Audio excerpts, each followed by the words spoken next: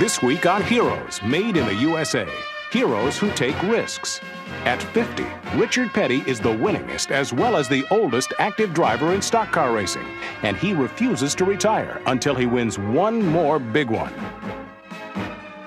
Lynne Jankowski is a lady with a mission, and she's going after it the hard way. United States Senator Jake Garn was the first senator in space.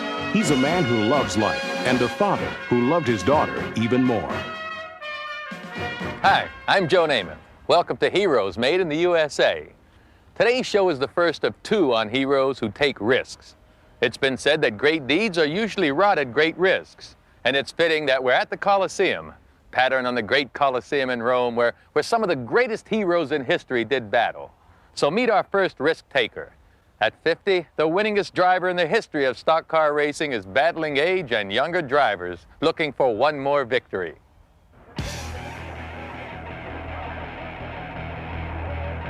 The name of the game in stock car racing is survival, pure and simple.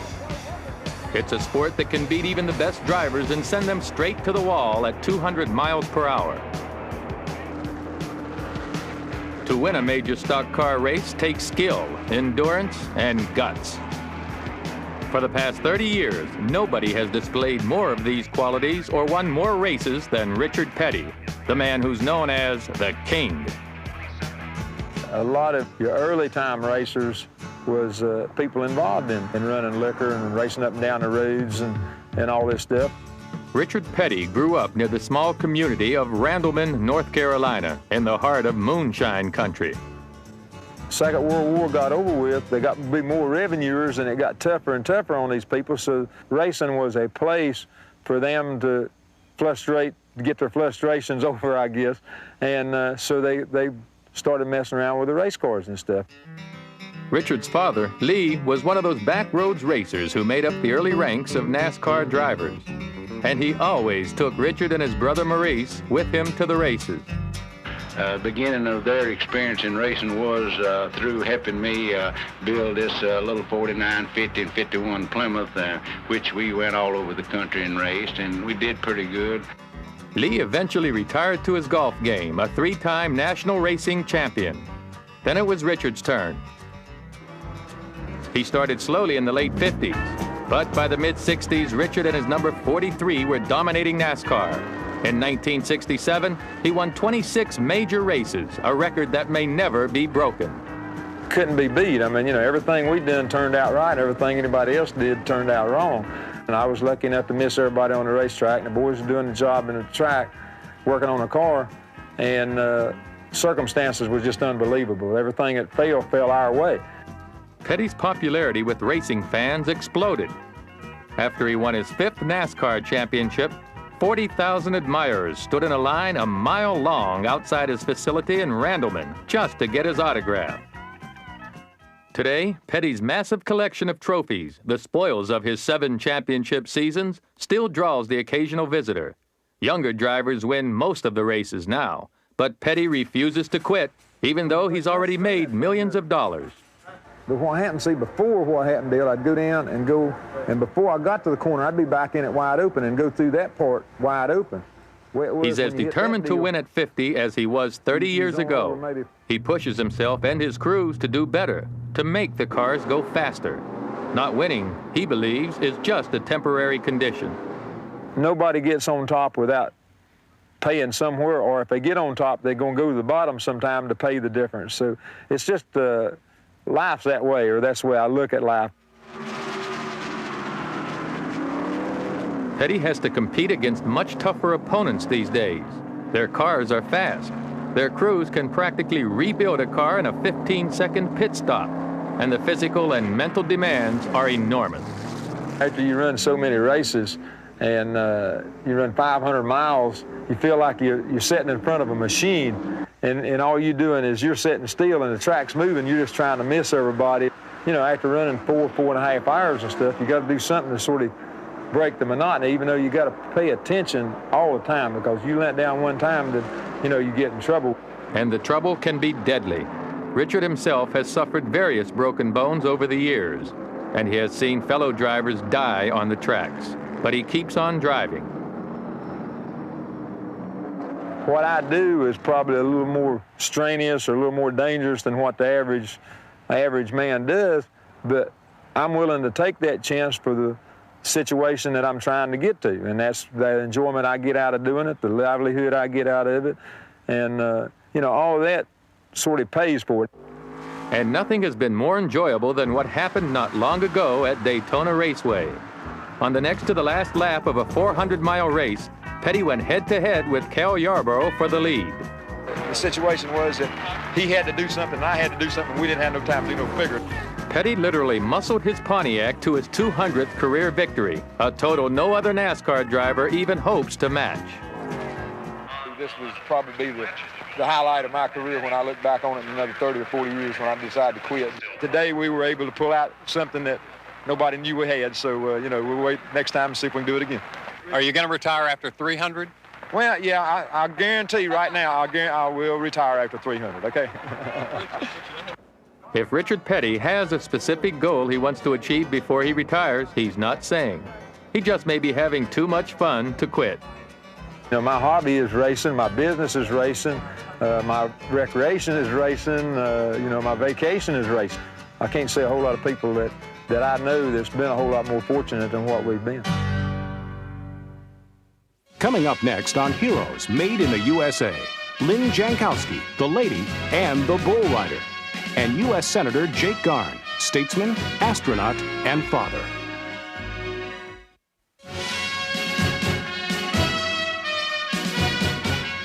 Our next hero, Johnny Jankowski, always wanted to be a world champion athlete.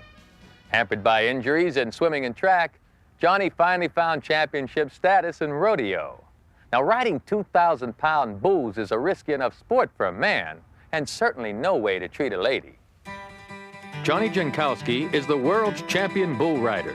No way to treat a lady.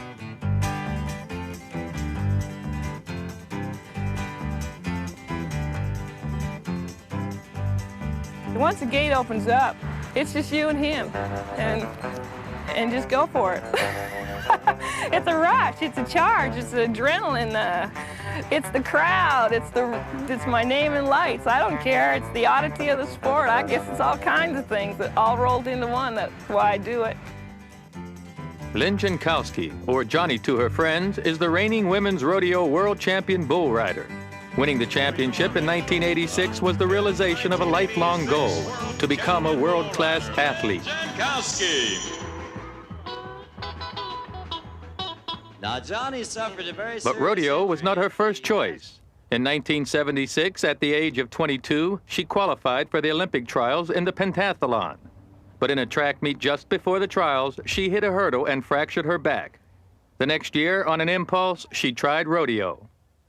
I really wish the very first time I went out in this sport that I would have got kicked or trampled on so bad. It would have knocked some sense into me, but it didn't happen. It was a rush and a thrill, and it just intrigued me to go and do it and try harder.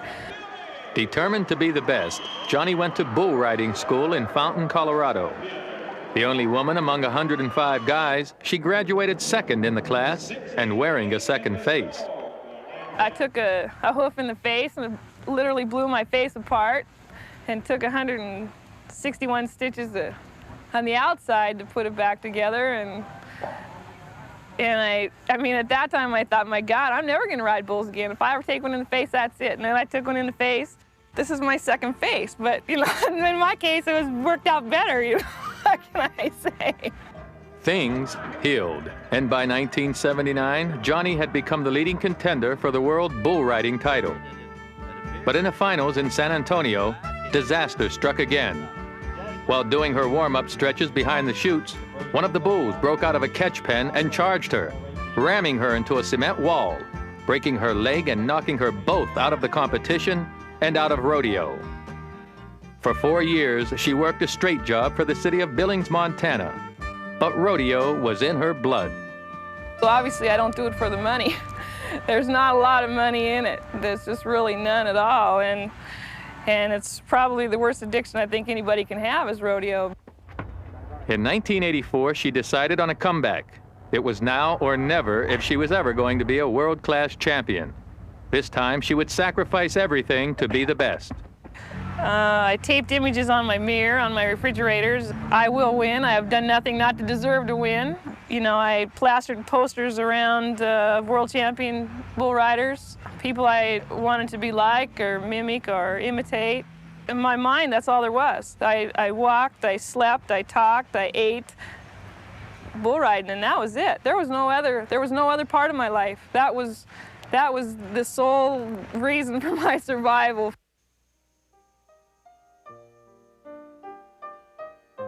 By this time, Johnny had become very good at surviving, and that talent came in handy again shortly after her comeback. And that was the first time probably in my career I really thought I was going to die, because everything that could go wrong was happening during that ride. The bull was going so fast, I knew the clown couldn't catch us. He had trampled on my legs so much that I couldn't keep up with him. And I was just hanging, literally. And I never did lose consciousness. I stayed awake through the whole thing, unfortunately. And it was like slow motion. I hear people talk about that like car wrecks. You know, you'd feel the hits on the wall, and it was crazy. And after that, I said, that's it. This is over. I'm never gonna do it. I mean, this is crazy. If I live through this, it'll be a miracle. But live she did. And she went on defying death like a cat with 9 lives to compete for the championship. Last year's finals, when I won the world title, I faced a chance of losing my leg. I got stepped on early in competition. The night before her final ride, Johnny's leg swelled to twice its normal size. The skin was splitting down the back. The doctor warned her it might need to be amputated, and that another hard knock on it could cause a heart attack. The next day, Johnny arrived for her final ride in terrible pain and on crutches, and left world champion.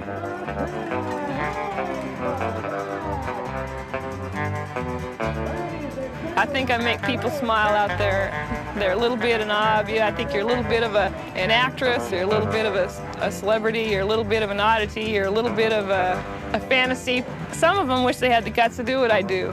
But in my case, it doesn't take guts. If you really love to do it, God, go do it. I don't care what people say, go crazy. Coming up next on Heroes Made in the USA, Jake Garn, the first senator in space, and hometown hero Lena Ritter.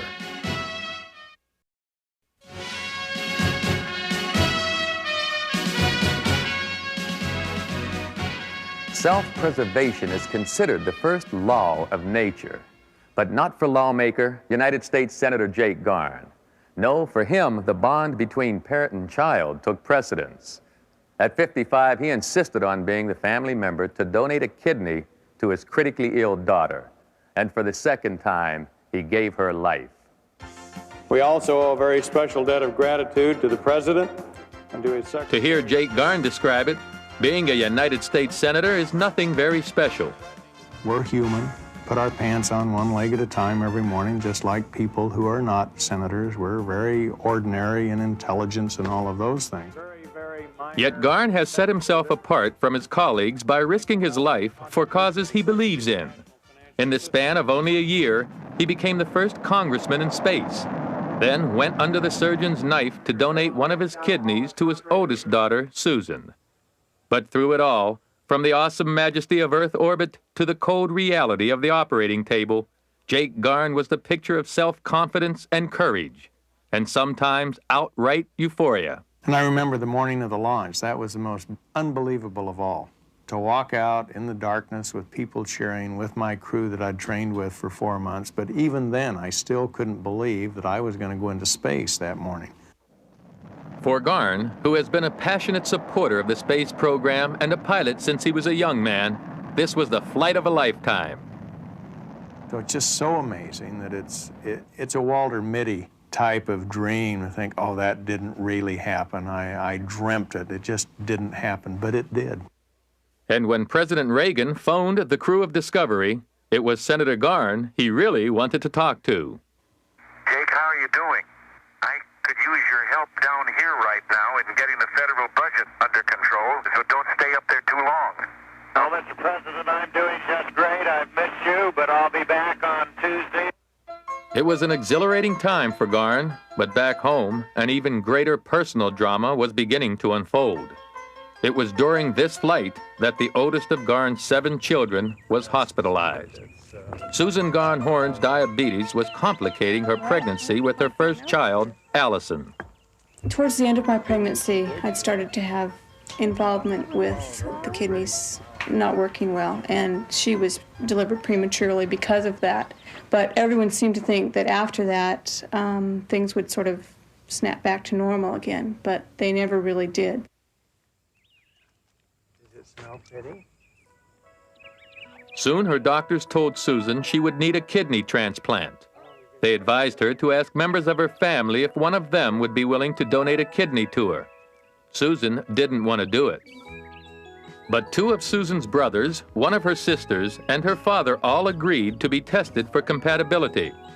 And when the elder Garn learned he was a good match for Susan, he exercised his father's prerogative and announced his decision at a news conference.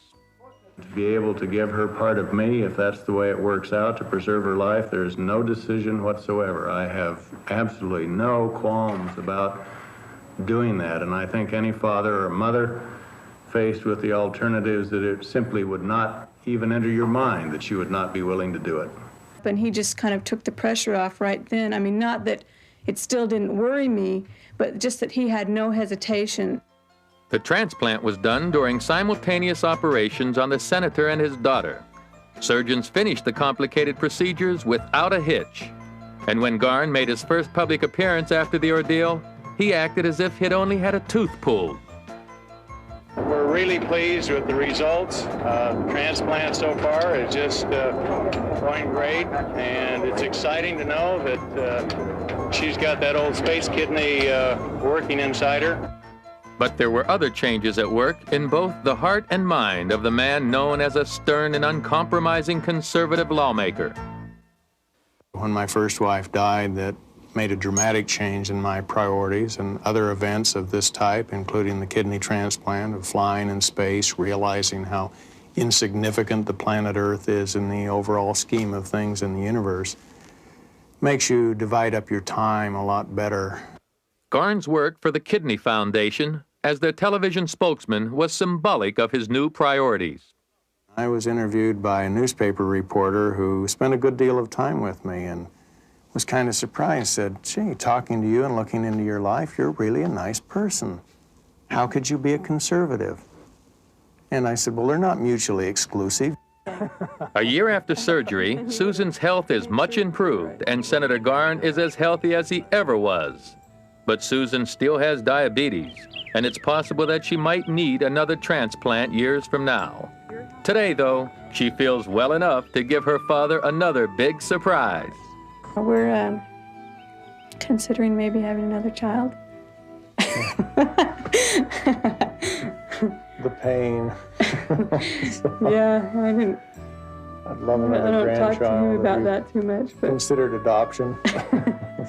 I would love to have another grandchild.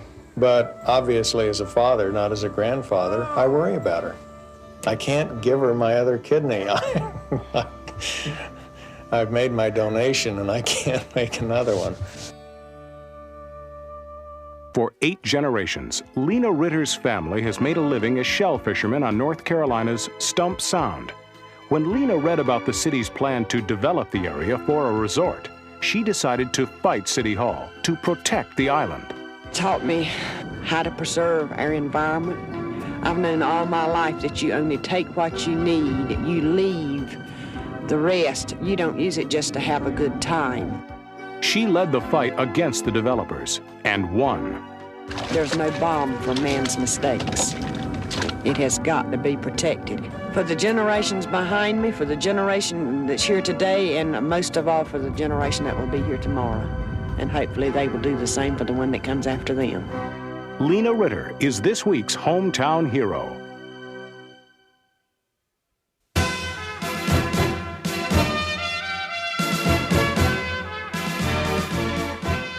Whether it's to save the lives of others or thrill to life on the edge, heroes have the guts and get the glory.